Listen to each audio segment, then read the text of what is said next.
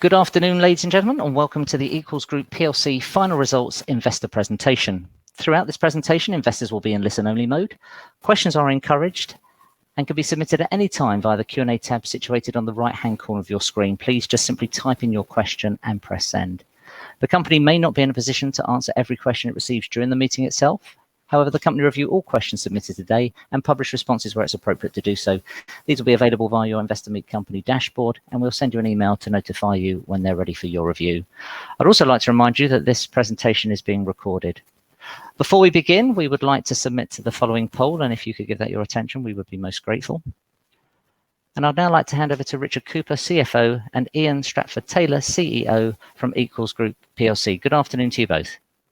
Hi. And welcome everybody. Thanks for taking the time to listen to our results. If we could go, thank you, Richard.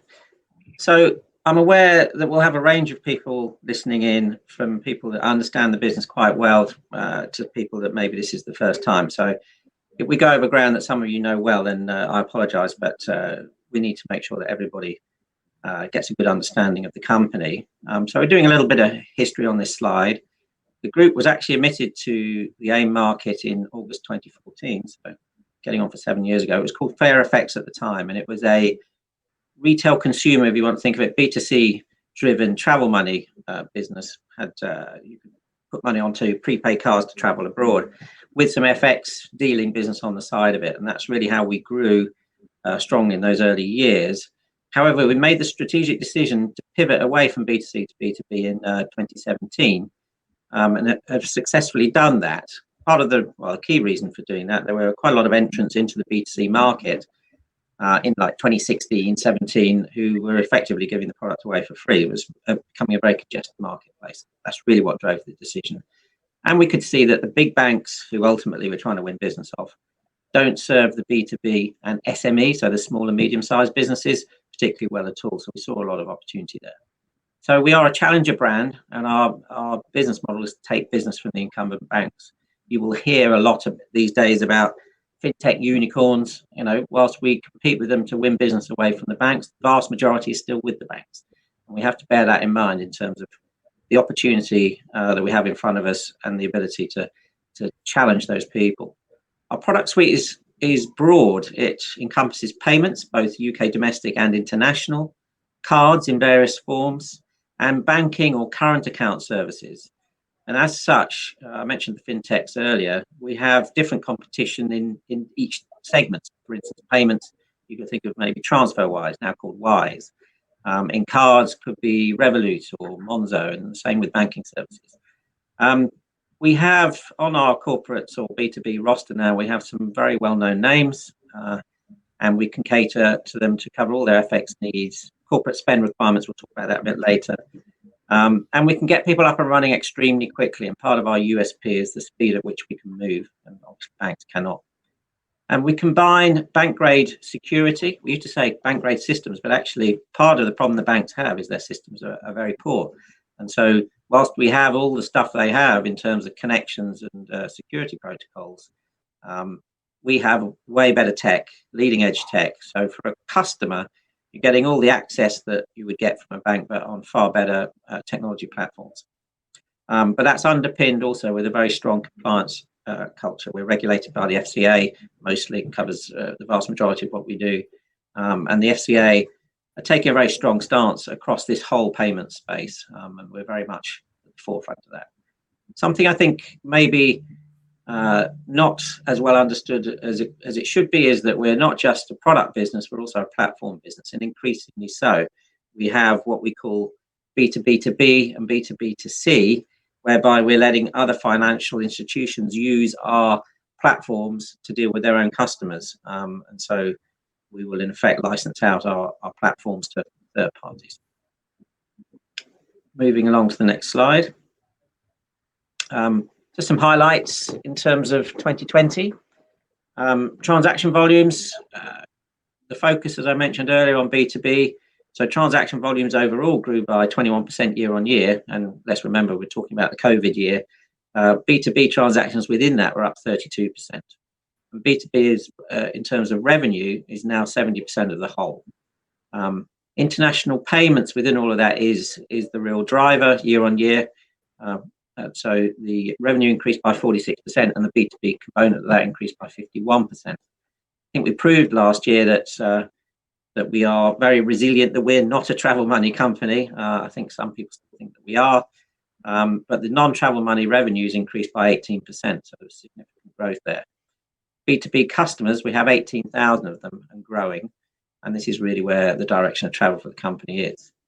Against that background, last year we reduced the cost base significantly, and total expenditure was reduced 18%, as you can see, from 30.6 to 25. We achieved cash flow break even, very important yardstick for the group. Ebitda, Richard will take you through the Ebitda and the result after tax in his section shortly, but essentially the Ebitda was ahead of the market expectation. We also did a small piece of M&A during the year. We bought a dealing business called Effective FX in October of last year. We've become very good at doing these. We buy businesses that turn over, let's say, 100 or 200 million of foreign exchange, maybe 1 or 2 million of revenues.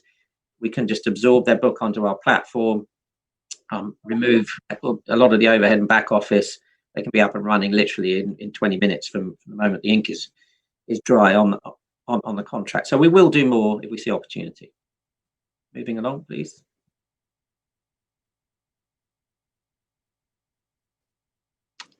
So I think we can't talk about 2020 without covering two major headwinds the business faced.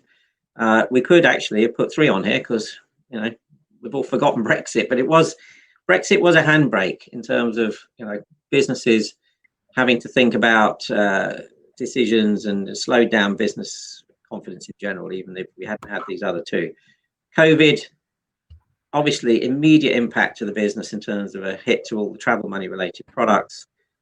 Corporate spend platform, which is an expenses based, allows a corporate to give cards to employees who can do their expenses and control expenses very efficiently. So that sort of activity was also hit. It was down in April and May last year as much as 60 or 70%, but actually ended the year about 20% down year on year. International payments, yeah, it was subdued, but didn't completely stop. And the banking platform that we have was relatively stable. We took some immediate actions, as you can see, in terms of furloughing and then permanently downsizing by about 70 heads.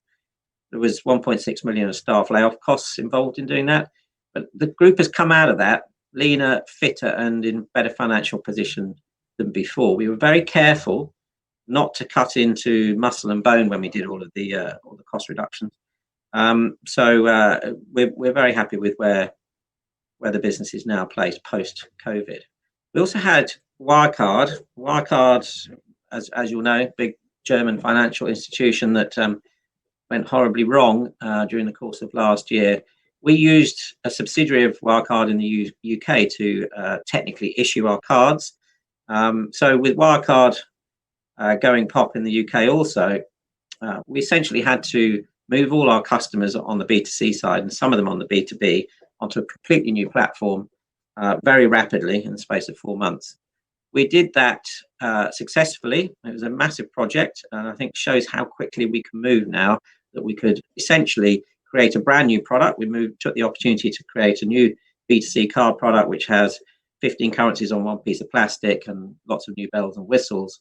Did all of that in 4 months. I think that speaks volumes to how nimble we are now on a technological level. And so we end up with a B2C platform that we can now literally put into sort of more maintenance mode. We don't need to do any significant spend on that for the next few years because it's state of the art. Move to the next slide.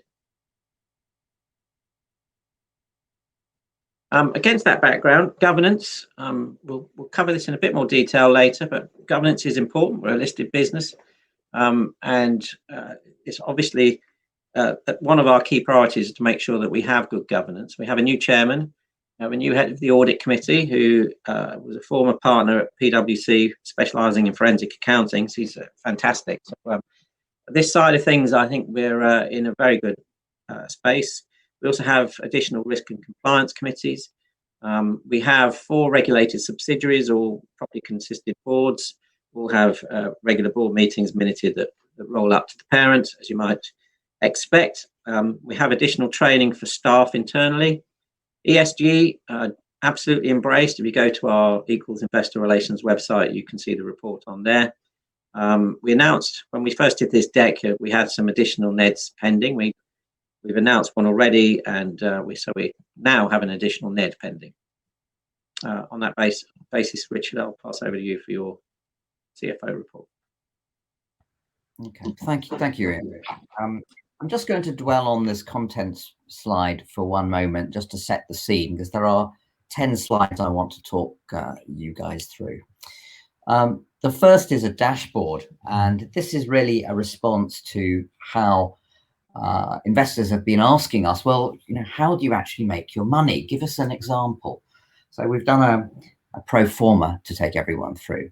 And then from that, I lead into our revenues, gross profits, what comes out of that, the costs, leading to EBITDA, PBT, and then a couple of slides on cash, and then finally some guidance, which is more along the lines of accounting guidance rather than commercial guidance. So without further ado, I'll move on to the dashboard. So if I can draw your eyes to the lines next to B2B annual revenue, which is about 2/3 of the way up the page. And above that, you've got the three core columns of payments, cards, and banking services. So what we're trying to do here is show how we make our B2B revenue, which is a focus that we've been really concentrating on in the last year. And I think it's fair to say that earlier years were more development and build, and now we're moving into roll out and sell. And so it was inevitable that, as Ian said, we headed for and we achieved cash break even in 2020. So payments, for example, around 4,500 business customers. Their average transaction size, 32,000. It varies between spot and forward, and we'll come on to that. We make 70 basis points on that. Cards, again, similar metrics, different numbers, close to 9,000 business card holders. The transaction size is much smaller, but the margin is higher. And then banking services, again, relatively straightforward, close to 5,000 business customers, contributing something like 2.6 million revenue a year. Then there are other things that sit on top of that. This is about 1 million. So we get 20.3 million of B2B revenue, and we add in the B2C revenue below that, which we're not turning off, but naturally it's got very affected by the travel embargoes. And we earn a contribution margin. And contribution is the combination of gross profits and below the line marketing. And it gives rise to this contribution of 17 and a bit million.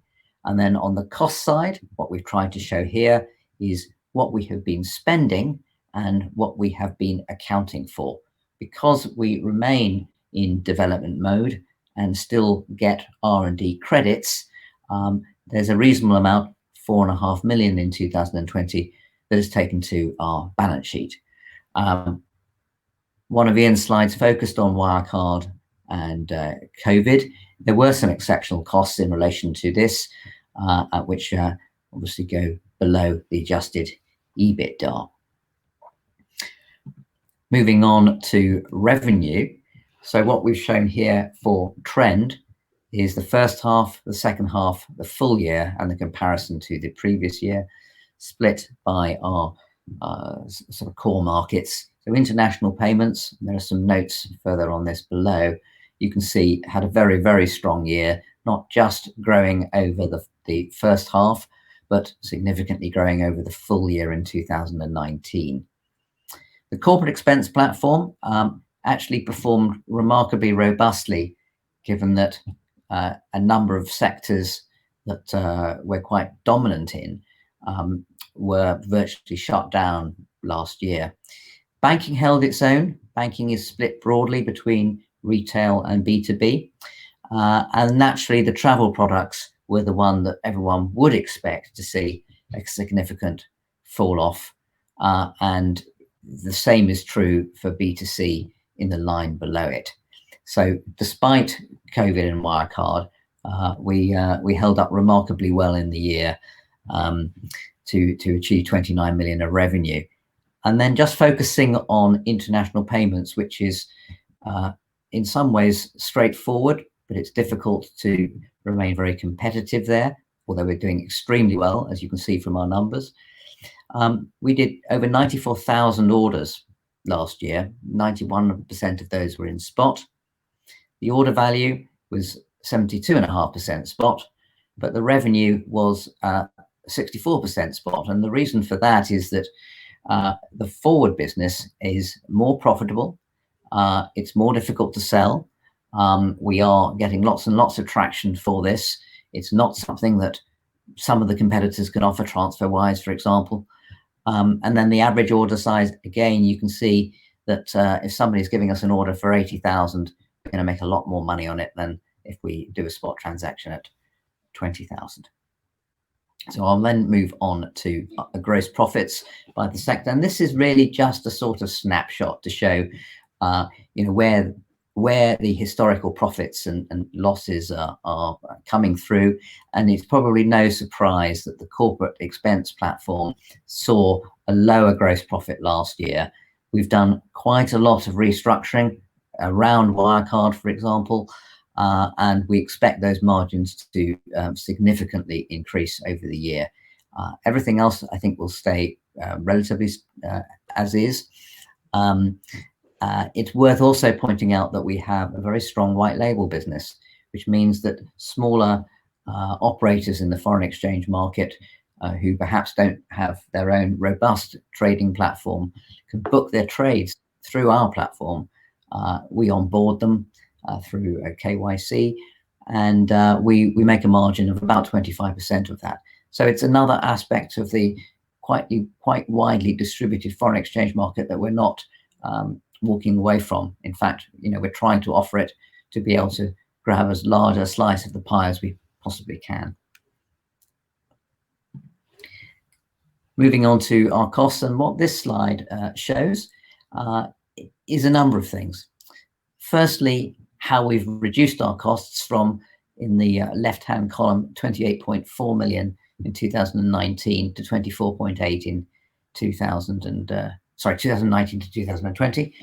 And then on the right-hand side, how we've accounted for those costs. So, what are they? Marketing staff is the biggest cost, as you can see, by a long shot.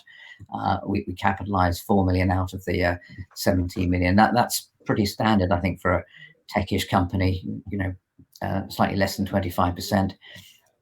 Not very much we can do about our property costs. We have downsized.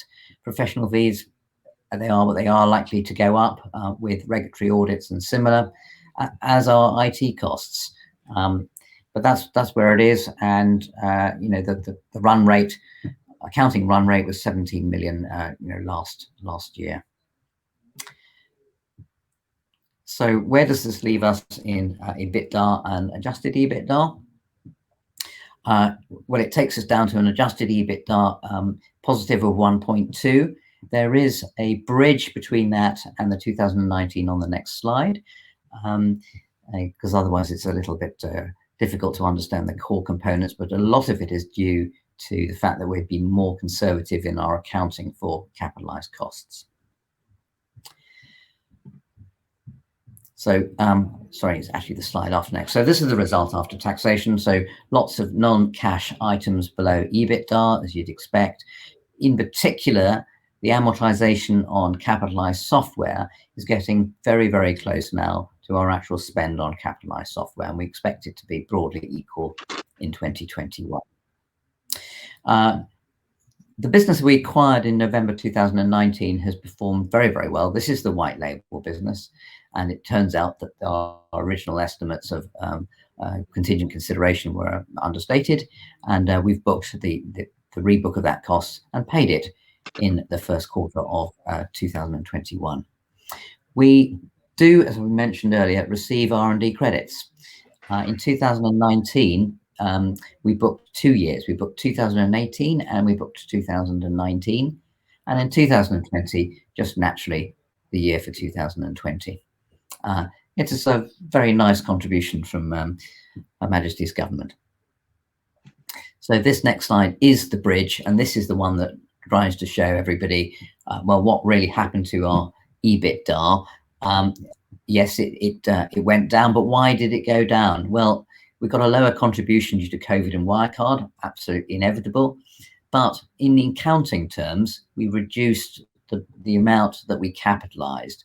So whilst the money, or in fact, the money we did spend less, but we accounted for less through the income statement as well. Everything else there is pretty straightforward. In 2019, there was an impairment charge for Card One Money, our banking services business based up in Chester. And Ian will talk more about the value of that business as we get on to the commercial part of the deck. I've talked about R&D and making the 2 to 1 year comparison. So moving on to cash flow and where we are with that. So again, walking through from adjusted EBITDA all the way down, and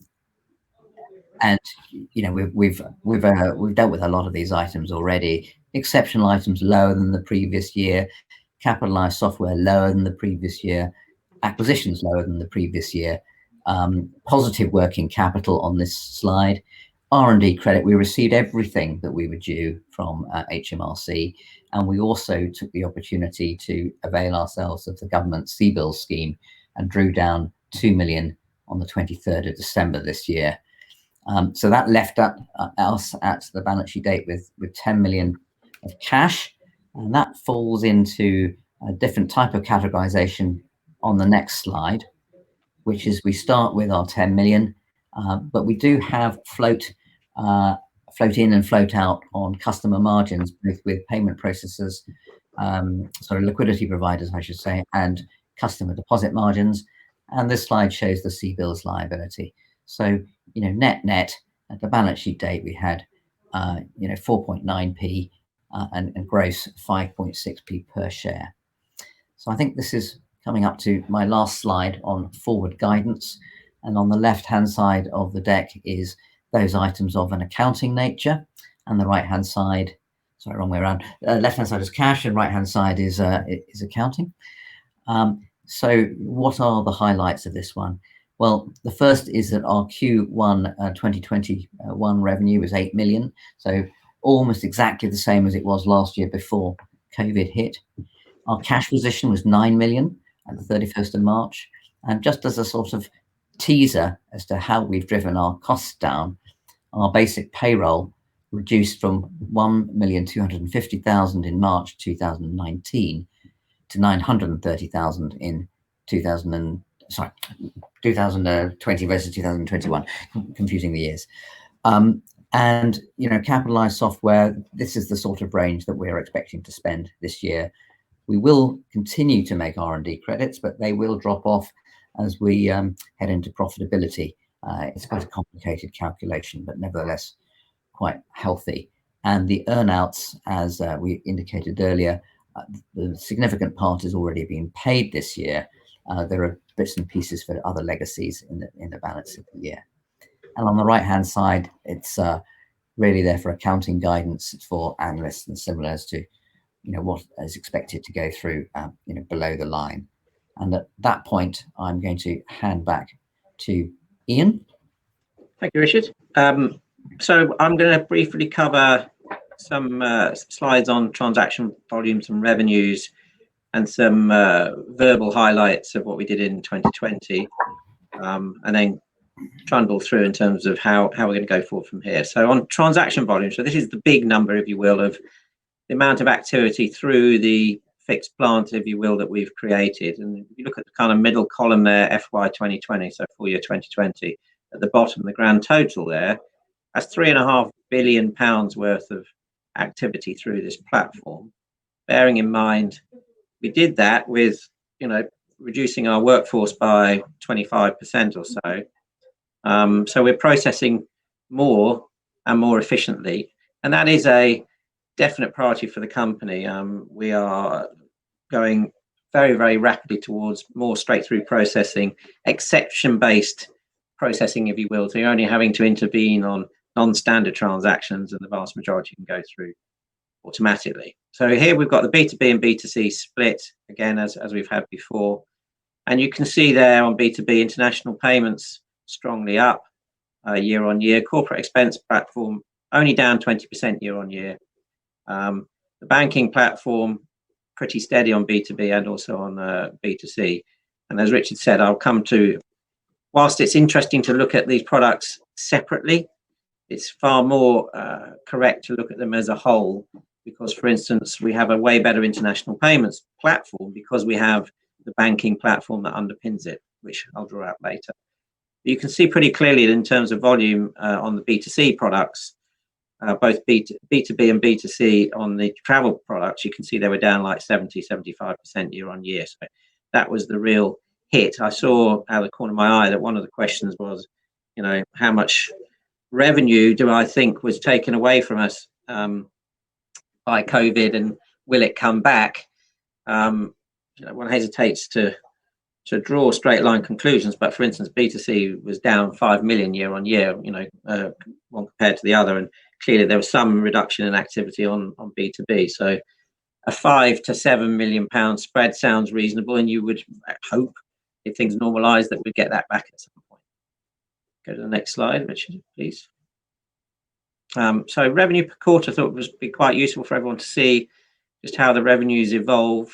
The nature of FX particularly on the international payment side, though, is you could have a really bad quarter just because nothing's going on, and then you could have a very strong quarter after it. So I'm quite loath to compare quarter by quarter, but as a sort of illustrative slide, it's quite useful for this basis. But for instance, you know, that with the whole run up to the general election towards the end of 2019, you know, you had some very quiet months and then a very busy one in December, and so I'd always caution that. Nevertheless, you know, given Q1 2021 was in the full teeth of a lockdown in the UK, whereas Q1 2020 we're sort of being a bit blasé about it till the middle of March, to do the result that we did for Q1 of this year, I think is fantastic.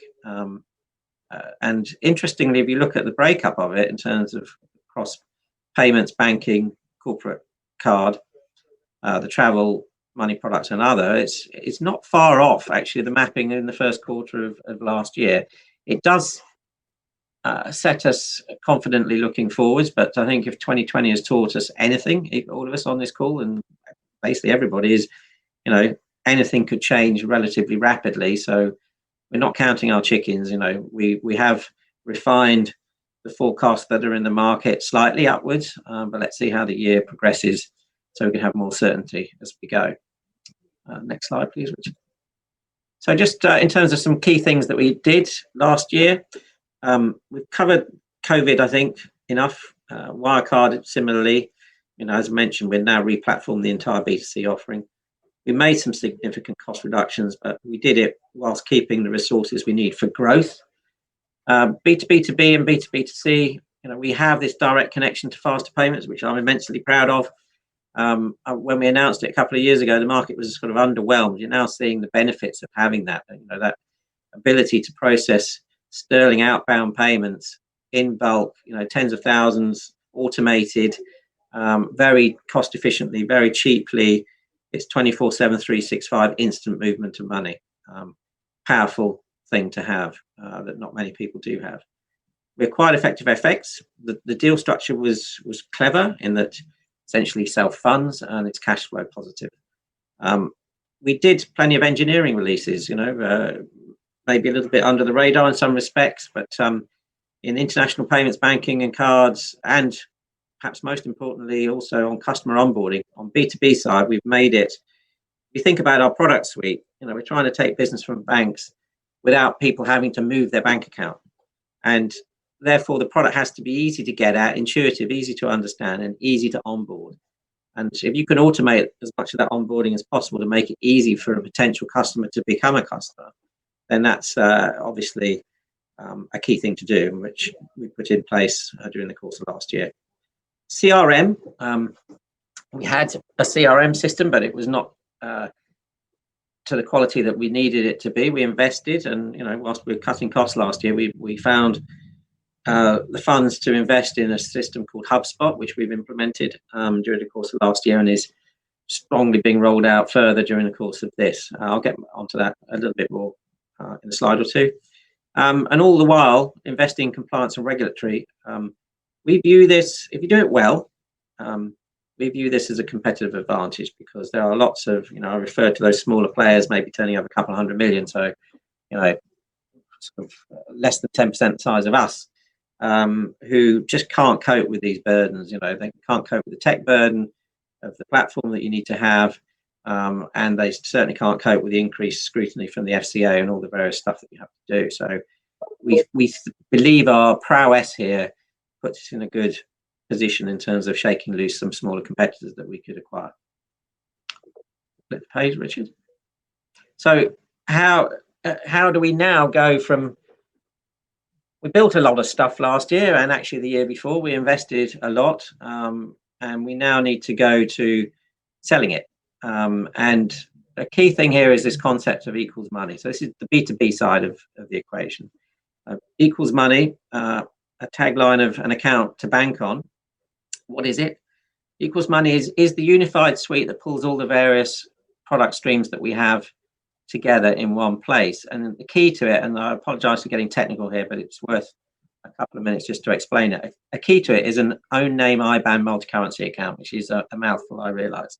But if you are a business and you decide to use an FX broker instead of your bank to save some money on your FX, typically that FX broker will not be able to give you an account in your name. They will use what's called a pooled account. So you'll send money to them into a pooled account. They'll change it to something and send it somewhere. And what that means is whoever's receiving that money from you will receive it from ABC FX company on, in effect, a third-party basis. It's messy. It also means that FX company will receive your money into a pool of funds, won't know it's yours unless it's got the right indicator on it, and then has to move it from there and put it into a portal so that you can see it. Clunky, messy. What we now have is the capability to give the corporate effectively a bank account or a current account in their own name, because we have the banking platform. That sort of goes to what I was talking about earlier. We have this ability to give each corporate an account in their own name, but more than that, each account, and we're all aware of sort codes and account numbers. If you put a sort code, account number, and some other numbers together, you get what's called an IBAN, which if any of you wired money to Europe, you'll know. So each customer gets their own unique account, so their own IBAN, but that account is multi-currency enabled. So they don't need to have an account for dollars, account for euros, and all this messy stuff that you used to have.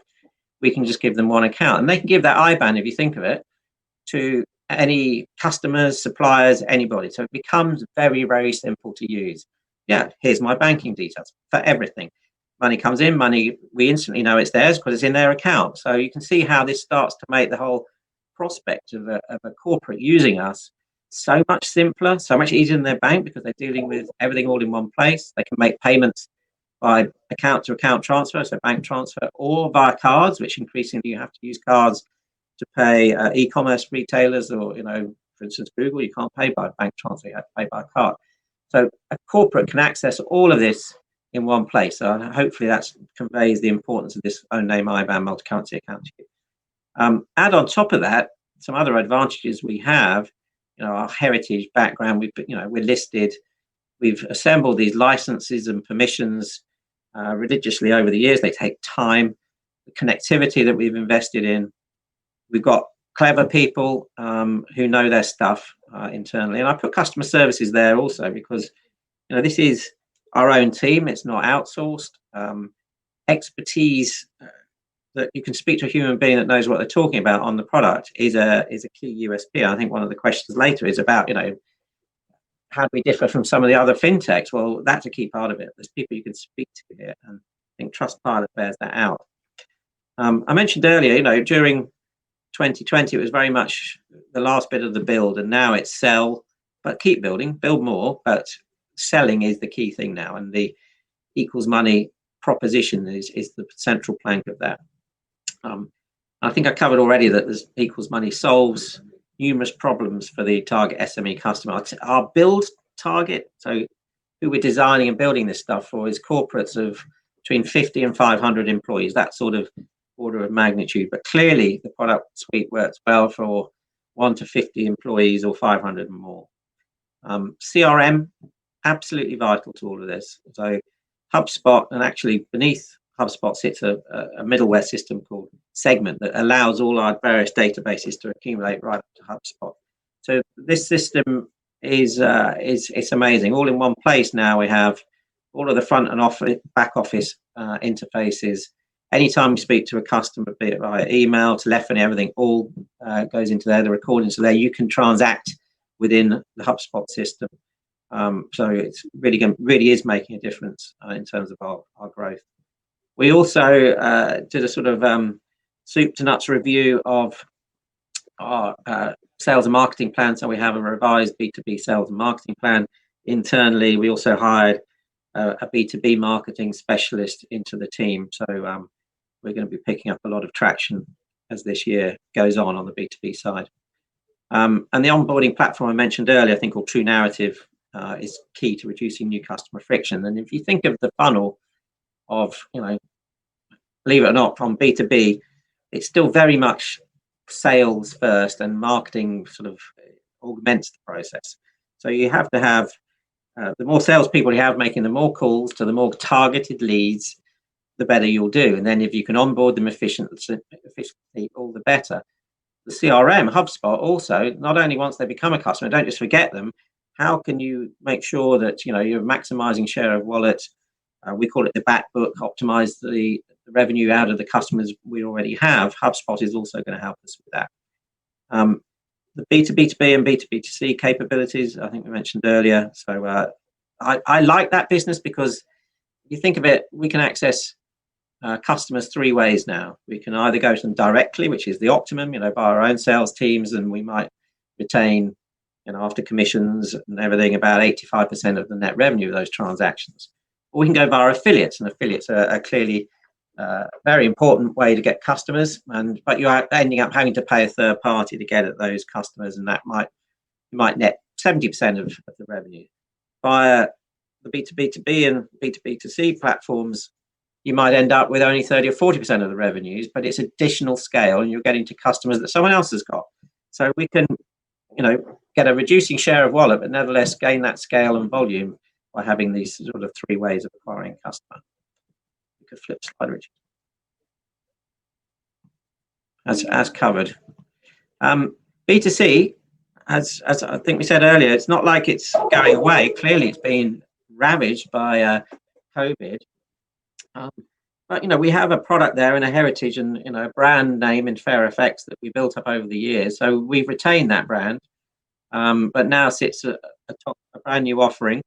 As we covered earlier, our post wildcard, the multi-currency card, got brand new desktop and brand new app.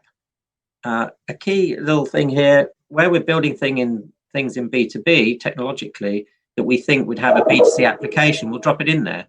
And that's part of the benefit of a unified platform, is that you can just do that. So the linked cards we announced as an RNS reach early March, I think, is an example of that. A B2C card user can now give cards to their children, friends, family, whoever they want, and either those cards draw on a shared balance or they can have a separate balance. It's quite a powerful way, and it means we can actually widen the use case of the B2C platform that we've got, such that it's can compete with GoHenry and Osper for pocket money type stuff. So B2C still represents the growth sector for international payments. That was actually up year on year if you hark back to an earlier slide. And there is clearly a revenue opportunity. It's like COVID owes us some revenue sort of thing that will come back at some point, and we're well placed to pick it up when we do. What we won't do is big above the line marketing like we used to do 2 or 3 years ago, 3 or 4 million of TV ads and stuff like that. We don't need to do that. We can do our marketing quite efficiently via social, referrals, affiliates, price comparison sites, that sort of thing. We've actually performed better than we expected in terms of new customer acquisition in B2C during the first quarter. So we're comfortable that as and when things pick up, that we're well placed. And we've also refined our customer services offering there, such that customer services team support the entire product suite, including B2B, because every time you speak to or interact with a customer, it is actually an opportunity to sell. And we're going to make sure that the customer services teams are incentivized also in terms of bringing new business in, which they haven't necessarily been before. And just a sidebar there, we had 3 physical bureau de change outlets in central London. We've reduced that to 1. We need to keep 1. So we need the vault in terms of doing the cash through the post offering, which we anticipate will rebound strongly once people start traveling. Flip side. Just in terms of Q1, we've covered some of the numbers earlier, but revenues of 8 million and revenue per head of 120k. That revenue per head was 90k going back a year. I think is a fantastic Q1 performance. We are very enthused by it. B2B led, international payments led. Against that, still very strong cost control. I know Richard and I religiously pin every exec member down on their headcount, go through it name by name. Richard literally checks every pay slip in the payroll every month. So we're not going to let that get out of control. And the performance is ahead of our internal expectations for the first quarter, and hence why there has been some upward revision of the numbers with the broker. The balance sheet's in a good place. We have a growth strategy that you're increasingly going to see more of, and we'll be more over with. But we're working on that. We're deciding what we can and can't say without disclosing what we consider to be sensitive against our competition. But a lot of product upgrades happen in Q1. Listed a couple of them there, but there's way more to come during the rest of the year, which we'll get to in a second. And we did this tie-up that we RNS'd with Tap Global on crypto, just to clarify where we and I stand on cryptocurrency. We obviously, in normal fiat currency, we deal in all the major currencies, and there are many so-called exotic currencies where you're trying to find ways to get liquidity either into them or out of them. For instance, Brazilian real out of Brazil is pretty hard to do. We view crypto as no different. It's another exotic, if you will, that increasingly is mainstream, that we need to have an understanding of and provide an ability for our customers to transact in and out of it, should they so want to do. All the while, we have to make sure that we stay in lockstep with the regulator and also with our liquidity providing banks, because we can't bet the farm on crypto. Equally, we want to be able to do as much as we can in providing our customers the liquidity in and out. So that's the path we're going. I think we'll have more to say on the subject as the year goes on, but we're not going to become a crypto house, in case any of you were worried about that. If we could flip the slide, please. So back one, Richard. As the rest of the year goes on, the growth strategy will become more apparent. Within that, we're hiring more salespeople. It's quite a low-tech answer to getting more sales, but that's a key part of it. More people making more phone calls means more sales. We've actually already hired about 10 whilst keeping the headcount constant during this year. And generally, I think we'll be looking to keep the headcount about where it is in absolute terms. We'll be getting more efficiency gains as the year goes on in more back office roles, but we'll fill those in terms of more people on the revenue generating side. The CRM, I think I've covered, it's vital to all of this. Training, we've got a good group of salespeople already, but they tended to be one-trick ponies, and we need to train them better such that they can sell the entire suite rather than just one piece of it. Sales enablement is a fancy way of saying I've got a couple of people whose sole job is to make sure that everybody does what they're supposed to do in terms of using HubSpot, tracked people rigorously against KPIs, the enforcing side, if you will, of sales. Investment in compliance such that we can onboard people quickly. If they don't go straight through, that we can turn them around very rapidly. So there's the minimum friction involved. And the self-serve push, I think, is interesting in that a key part of our business, as we covered, is the international payment side. And international payments up until now was almost 100% of our customers would be speaking to one of our dealers. And the dealers, really, customer asks to buy some currency and they process it for them. That's fine if a customer's paying you £10,000 a year of net revenue, but not so fine if they're paying you £100. And what we're doing is pushing the people that pay you not much, and not only don't pay not much, but probably can't pay you that much in terms of their overall possible wallet size, to self-serve, i.e. use the automated platform and do the transactions themselves. That will free up more of the dealers' time to push the bigger paying accounts. So that's a key part of, and the investment in the tech over the last couple of years has allowed us to have a platform that is better suited to that. We'll carry on enhancing the B2B product suite, and so the equals money functionality will skyrocket forward as the year goes on. Customer tiering, we were definitely guilty of that in terms of not doing it before now. HubSpot makes this much easier to do, but as I was just alluding to, there's customers who are clearly gold, and then gold, silver, bronze, that type of thing, and you make sure that you serve them up the product that you want to serve them up. And if you look to the box to the right there in terms of pricing models, we've absolutely priced our products kind of the same way since the year dot. So for instance, on a card, you get charged something when in effect on the foreign currency spread and certain fees. It would be good to have the flexibility to actually say, well, we can provide you an all you can eat for a standard monthly charge, and then everything else is for free type stuff. And just the ability to put the right customer against self-serve or customer human interaction on the right pricing model. These are, I think you can see how that will enable us to earn more per customer as we move on. We'll still be pushing for more efficiency gains, straight through processing, as I mentioned earlier, automated reconciliations, all this stuff, just makes the concept of more scale.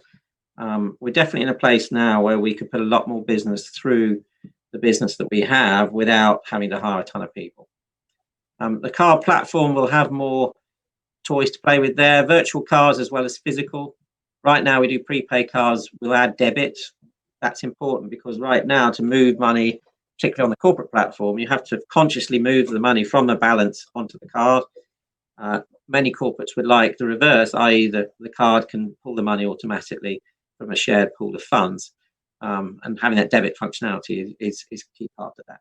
Tokenization means we'll be adding Apple Pay and Google Pay in effect, and self-issuing the cards. We'll be doing all our own issuance rather than having third parties involved in it. Once bitten, 3 times shy post Wirecard. I put B2B affiliates there because a key thing to do there is to have our equals money suite integrated into accounting platforms like Xero, for instance. So in effect, you're getting those platforms as selling your product for you. If you're an accredited supplier to them and everything fits, it's just one less thing for a corporate that's buying their package to have to worry about. All the while we're talking about this growth proposition, though, I want to emphasize key for us is that it's controlled growth. So continued emphasis on operational excellence, compliance, and control. And more longer term than 2021, Richard, if you could flip the slide. We have a capital markets day hurtling towards us that I'm trying to plan to be on the 6th of May at 11 o'clock. You're all very welcome. I think that will be useful because at these things you tend to hear from Richard and myself, and this will give people that attend the ability to meet the wider executive team and some key transactional individuals, if you will. We'll showcase what we currently do and in a bit more detail the roadmap for the rest of the year and beyond in terms of what we're building. Then the growth strategy, how we're going to sell it, and last but by no means least, the investment in operations, compliance, regulation. So growth, but not at any cost. There's a link there. You can also find it on our investor relations website. On that note, I think we're open for Q&A. Ian, Richard, thank you very much indeed for your presentation. Ladies and gentlemen, please do continue to submit the Q&A using the Q&A tab situated on the right-hand corner of your screen. But just while the company take a few moments to review the questions submitted already, I'd like to remind you that a recording of this presentation, along with a copy of the slides and the published Q&A, can be accessed via your Investor Meet company dashboard. We will send you a notification when that's ready for you to review. I'd also like to remind you that your feedback is important to the company, and immediately after the presentation has ended, you will be redirected for the opportunity to provide feedback in order that the company can better understand your views and expectations. Ian, Richard, before attending to the questions that have come in the live Q&A, I wanted to start off with a pre-submitted question we received, which reads as follows. There are a number of relatively new payment groups operating in a similar space. What makes Equals different, and what intellectual property protects its position? Let me deal with the intellectual property bit first, and then I'll pass back to Ian. So all our software is in a code bank. All our URLs are in our own name. Our fixed asset register and our R&D claims to HMRC sets out what is ours. We take trademarks out where we can. We take patents out where we can too. We, like many other fintechs, we have in the past used multiple contractors to help in some of the IT build, and those contractor contracts, which have largely disappeared now, have a very robust, we own the code type clauses. So that's the IP protection in competitive landscape. Yeah, I mean, it's very hard to give a succinct answer to that. You're absolutely right. I mean, payments there's a lot of fintechs appearing that are well capitalized. Partly, I think the first thing to hark back to is, whilst that's important, so is the amount of business that still sits with the incumbent banks. That's where we can all take a ton of revenue and opportunity from. And the fact that there's so much money pouring into it is indicative of the size of the prize. I mean, it's an enormous marketplace. Now, most of the new people that are coming in tend to be B2C focused, not B2B. That's part of the reason that we shifted our gaze over to the B2B side. So we're fishing in an area that's less glamorous in that respect. So it's not about millions and millions of customers and that headline, we've got 10 million customers or not. It's more subtle than that. Also, we cover, as we mentioned earlier, more than one product place. So within payments, you can say, well, it's TransferWise is competitor there. But even there, TransferWise is solely a self-serve platform. What we have across our entire product suite is the ability to speak to a human being and to have more products, Brett. So you can't do a forward contract on TransferWise. You can with us. So it's hard to answer simply, but I think in simple terms, if we look at the connectivity that we've put together, the payments networks that we've put together, we've got comparable tech with these fintechs, but overlaid with human interaction, then I think that's really the USP. That's very kind. Thank you very much indeed, Ian and Richard. Could I ask you guys, please, just to click on the Q&A tab on the right-hand side. Richard, I did promise to tell you if you were pixelating, but I didn't want to stop you mid-flow, but there is occasional pixelation, so please feel free to keep your camera on or just turn it off for the Q&A. But just to say, if I could ask you guys to be so kind, if I could ask you to read the question, who it's from, and give a response where it's appropriate to do so. And what I'll do is I'll pick you up at the end, if that's okay with you. Yeah, why don't I read and you answer, and then okay. Focus on it. So the first question is from AIM S. Can you give us a flavour of your B2B customer acquisition strategy? Yeah, I think I alluded to a bit of this. It's as simple as a ton of people on phones making phone calls towards your target customer, not just to any business, and all the way through the funnel using the HubSpot system. The key is, bums on seats, literally as crude as that, to have more salespeople making more calls. But you augment that with a tone of voice. We've got an economist. We have good social presence. You have good marketing collateral. You have a B2B marketing strategy that augments it. But really, it's that combined with a powerful affiliates team, and we're gearing up the affiliates team even further, such you're getting to the customer more than just directly. But you'll see more of this on Capital Markets Day. So the next question is from Ryan N. Well done on the swift action Wirecard. Do you think that this had any reputational damage to Equals? I think on the weekend that the FCA decided to shut Wirecard down and everyone's money was frozen, it certainly wasn't helpful. And however, I think you can also see that it's how you respond to stuff like that. I mean, we had almost the entire company volunteered to do customer service calls during the middle of this, and we handled it very well and had massive retention in terms of the customers that used us. And then we recarded them all onto a new platform, and the retention level was way higher than we expected. So I think it was painful while it happened that week, but we handled it well. So if anything, we came out with our reputation enhanced. And a question from Simon C. What do you feel is the greatest risk to Equals as you transition through the second half of 2021? Well, ignoring COVID, I'll try to put that to one side. I mean, that's clearly a risk, but really it's execution of the sales and growth strategy is the key one. I mean, we know there's going to be more regulation from the FCA and all these types of things we kind of expect, but that's where we've really got to make sure that we execute. So there are another couple of questions that I'm going to read out and answer myself. So there's one from Alex S. Why do you have two names for the segmentation of B2B revenues on slides 7 and 8 when you're talking about the same numbers?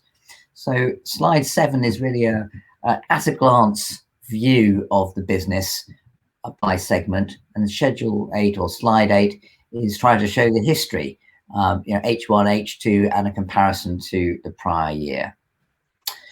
And then there's another question from Alan C. On slide 8, it shows that full year 20 B2C 5 million lower than last year, and also travel within B2B was 2 million lower. Is it reasonable to think sales could have been 7 million higher had COVID not occur, or might come back if things normalize? So I'm sure Ian will have a commercial view of that, but I'll just kick off with a numeric answer, which is that the shops themselves produced 2.4 million of revenue in 19 and similar in 2018. So a lot of that was lost. Then there was the retail card offering as well, and a lot of the retail card revenue in 2019 can also be attributable to some chunky rebates that we got that were accruing over a moment in time. I think me speaking as the CFO, I think that the challenge in relation to getting more B2C or travel revenue is making sure that we're not forgotten about by those people who did travel or spend money with us. Have they lost their cards? Are they just not traveling?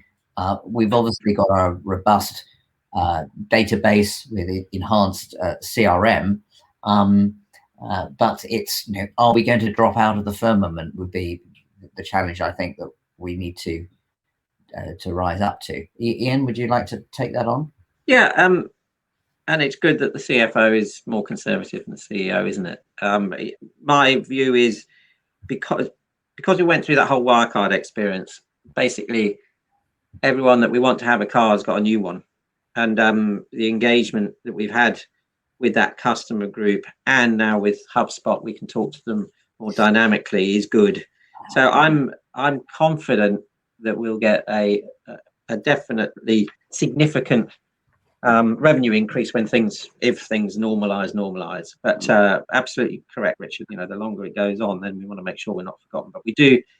When sterling goes up, we send out rate alerts. We're dialoguing with customers. We have the link cards, dialoguing with them as often as we can without annoying them too much. So definitely we'll get something back. Whether we get all of it or 80% of it is, I guess, the debate. Okay, but there are a couple of questions that have some similarities. I'll read them both. There's one from Andy M, which is, what is your view of future growth and market share? Do you see this organically or through potential acquisitions? There's a question from Stephen H. How is the M&A environment, buy and sell side? And there's another question about the first quarter revenue being strong, and what growth levels do you expect because we're coming out of lockdown and vaccination opening up? Yeah, as I alluded to earlier, we did have a good Q1. It was significantly better than you and I had planned, Richard, or expected. But we don't want to go crazy and extrapolate that and increase our estimates in the market by over much, because we're just cautious given what happened last year. So there were some revisions in terms of Canaccord's guidance that hopefully you've seen. and I think that's appropriate. So we're more confident than we were, and those numbers exclude any potential M&A. We could have done more M&A last year for sure. We were unwilling to do most of the deals. Tend to be, as I mentioned, these sort of international payments dealing businesses where you're paying about 1 times revenue, 3 times EBIT sort of thing.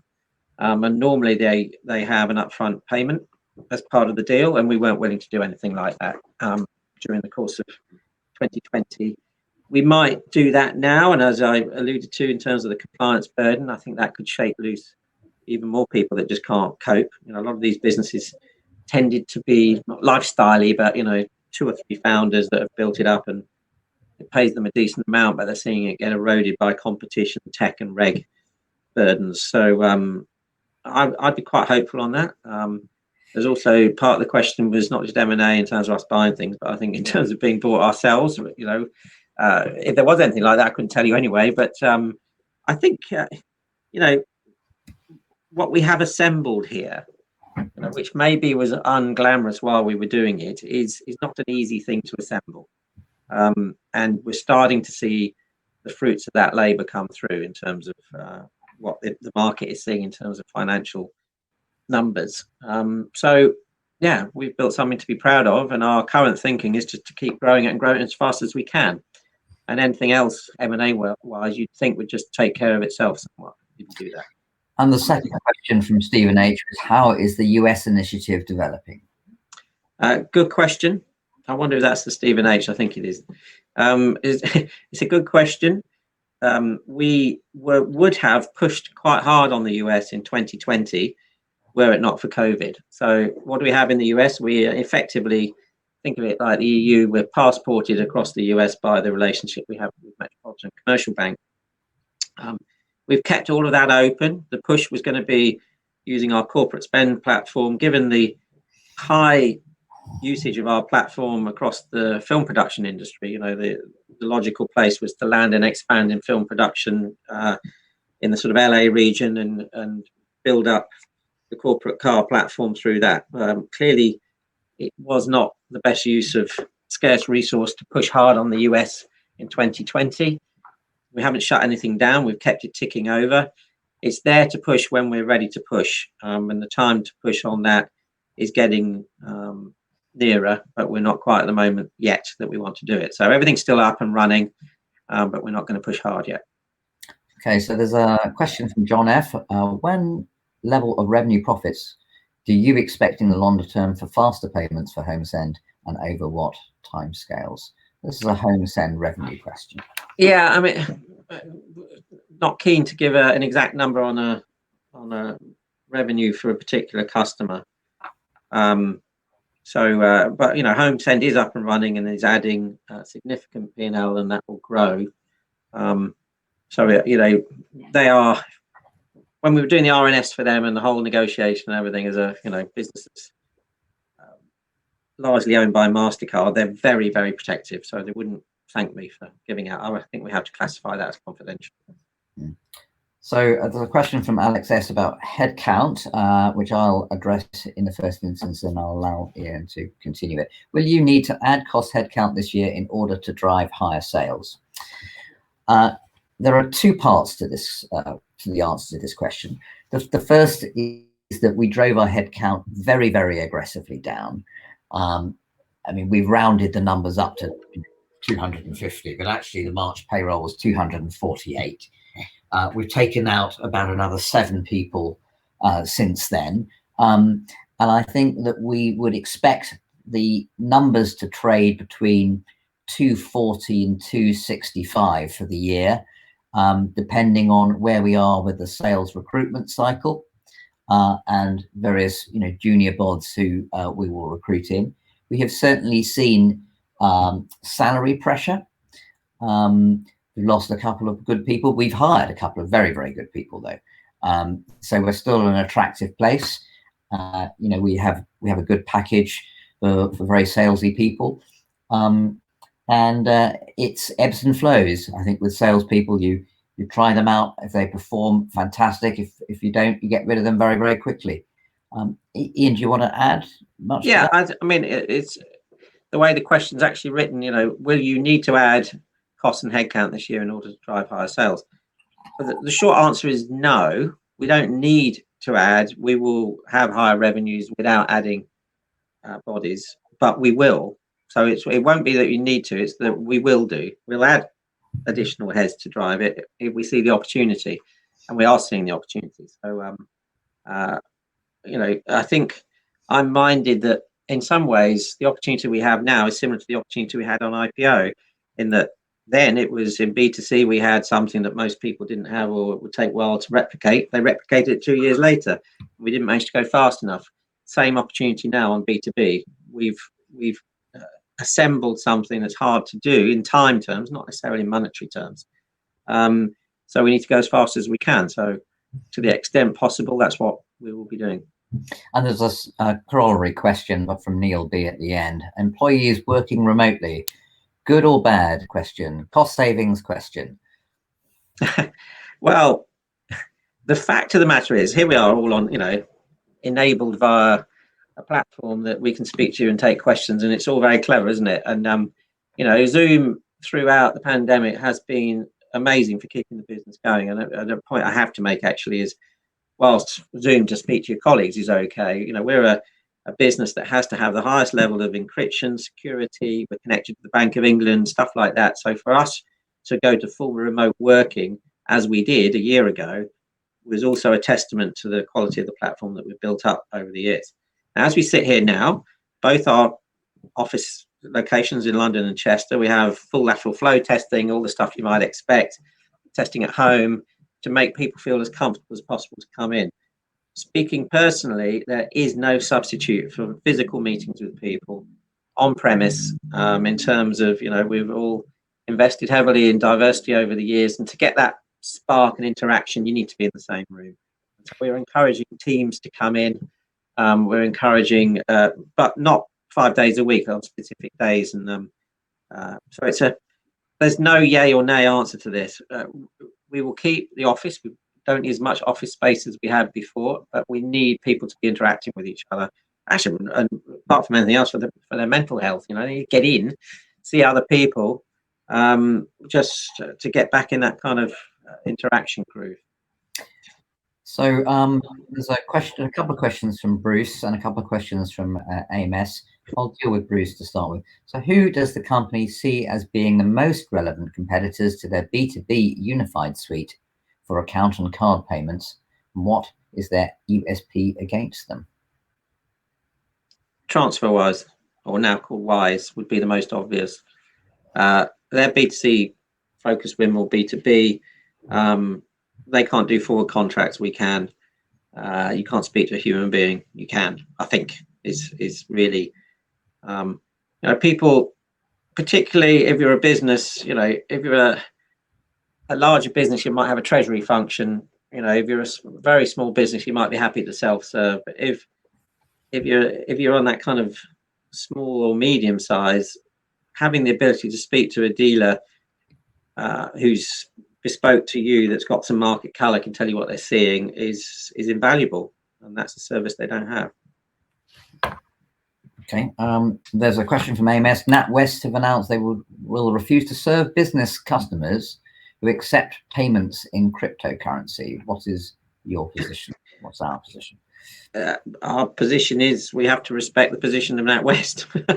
NatWest are just one of our liquidity providers. I get where they're coming from, because at the end of the day, you don't get line of sight easily to the original source of funds, and it's a dangerous area. That's why when I was talking about crypto earlier, I said that we will only go at the pace that is okay with our regulator, and also with our main liquidity providing partners. And each has a different stance, not just on crypto, but on other areas of business, be it gambling or whatever. So there's a question from Bruce A, which I will read and then answer. If you look at the company's results in 2018, revenue was £26.1 million and adjusted PBT 6.8 million. Can the company outline what is the fundamental change in their business that means that while Senkos are forecasting that revenues will grow to 37.6 million in 2022. Adjusted PBT is forecast to be only 1.5 million. How long will it take for adjusted PBT to grow back to 2018 levels? So the first part of the answer to this question is it's due to accounting conservatism. In 2018, 8.5 million of cost went below adjusted PBT. And then the second is, really what is the position going forward? Well, we've been very, very focused on cash break even, as you'll see. I'm not familiar with the Senkos forecast. Canaccord are forecasting 4 million plus of adjusted PBT for the year, and we have no reason to contra against that at the moment. So we've had a very, very good first quarter. The mood in the company is very, very buoyant. We have gone through the really big foundations and walls of the build. We are now in rollout and sell mode. I think there's clearly an appetite for this product. I'm myself, Andy, in the office today. The streets are very, very much busier. There are now queues at the sandwich bars, and there are more sandwich bars open. Tubes, I schlep it in on the tube from West London, and for the last 2 days I haven't had seats. Oh, woe is me, you may say, but that's an indicator of economic enthusiasm, I think is probably the word. It's great to see the energy in the company. People are really, really fired up, want to make things happen. And I think you'll see that all when you come in and dial into the Capital Markets Day. There's finally a question from AMS. Given the business advantage you have developed with the platform offering, how do you assess the threat from perhaps an unwelcome takeover approach at this stage of growth? I noted a broker commented you were a prime potential target. That's always something that could happen. I mean, there's different types of potential suitors for a business like ours, and if it was someone that was going to buy us that would help us grow faster, then it wouldn't necessarily be unwelcome. But I can't assess it any more than you've just done in the question. Really, it's clearly a possibility. I think we're still, for some reason, there's still some investors that look at it as a travel money related business, that the share price would go up if there's better vaccine news and go down if there's worse pandemic news, which makes no sense. So there is an element to which what we've assembled is not reflected in the stock price. So I think that would drive that threat. Yeah, and Ian, I would just add and repeat that, last year we did almost 3.5 billion worth of transactions. We have, at the balance sheet date, close to 100 million of money from customers that's not on our balance sheet. And we're not a bank, so why are they putting it with us? Because they intend to spend it on our product. So those sort of KPIs, I think, augur very, very well for the growth. I think some of the products that we've looked at are very, very interesting, and it may well be that we can do more joint ventures with other companies because of them. I think that may well be the future in this sector. And prosaically, there's a two-way price in our stock. One says buy, one says sell, as Lord Hanson would say. So Richard, back to the, Richard, thank you very much, Andy, and for being so generous with your time and actually taking on every single question. We're well through the hour. So thank you to the investors who took the time to submit, and obviously to both Richard and Ian for being so diligent in giving their responses. Perhaps, Ian, before we just wrap up, and I know investor feedback is important to both Ian and yourself, that perhaps we can ask you for a few closing remarks, and then I'll redirect investors to give feedback. Yeah, well, thanking everybody for their time, and hopefully you found that useful and informative. I think the macro message from me is we did more than survive in 2020. You know, we right-sized the business from a headcount standpoint. We carried on developing and building good stuff such that we're now primed in 2021. You know, we've got a great product we can sell that we're going to improve even further during the course of the year. Renewed vigor behind our sales strategy. So as Richard alluded to a minute ago, the feeling within the company is very positive. We're excited about what we've built and what we're going to build and how we're going to move forwards from here. And I hope, you know, that investors can get some sense of that enthusiasm and excitement and follow the stock. Ian, thank you very much. And to both Ian and Richard for updating investors so comprehensively today. Could I please ask investors not to close this session, as you'll now be automatically redirected for the opportunity to provide your feedback. If you access this meeting via our website, then the feedback page will appear. If you access this meeting via the link sent you by email, you'll simply be asked to log back in to submit your feedback. And I'm sure the company will be very appreciative of your views and expectations. On behalf of the management team of Equals Group PLC, I'd like to thank you very much for attending today's presentation. That now concludes today's session. A good afternoon to you all, and thank you for your time.